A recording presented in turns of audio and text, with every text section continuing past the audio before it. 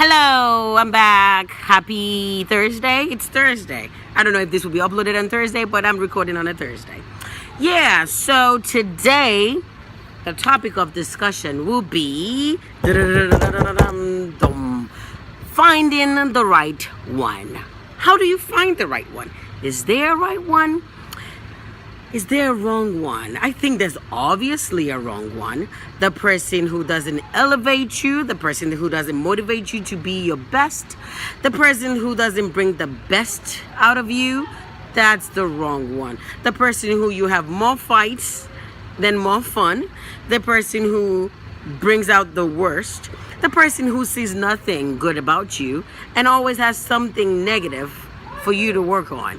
That's the wrong one, because the right one would always find a silver lining about you, like something about you that just makes them not want to quit, makes them want to continue to work with you, makes them want to stay interested in the relationship. The right one, though, that's a tough one. Who really is the right one? Does that mean that you don't have any arguments with this person? Does that mean that you think the same way? Does that mean that they always agree with you? Does that mean that you like everything about them? That's a tough one. I think the right one at least has to have have to be able to bring the best out of you. The right one has to be willing to walk with you through whatever you're going through and not feel like they're getting cheated, feel like it's worth it, like you are worth the investment. That's a little bit of a right one. Someone who doesn't mind going the extra mile for you, somebody who you don't mind going the extra mile for as well. So I think that's some of the things that make someone the right one.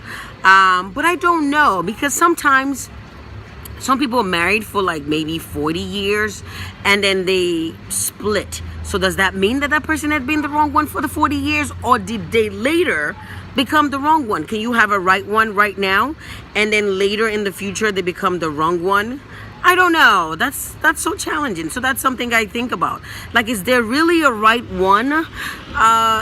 Or is it that they were right at the moment and they were what you needed for that time frame, and now you no longer need that person? So were they the right one if you don't need them now, and now they don't serve the right purpose?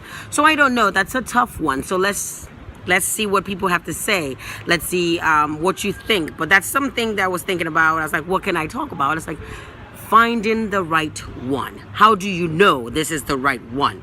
What if you feel most people, I don't think, would get married if they thought that person was the wrong one? But is the right one based on how you think, or is the right one just based on the results of the union?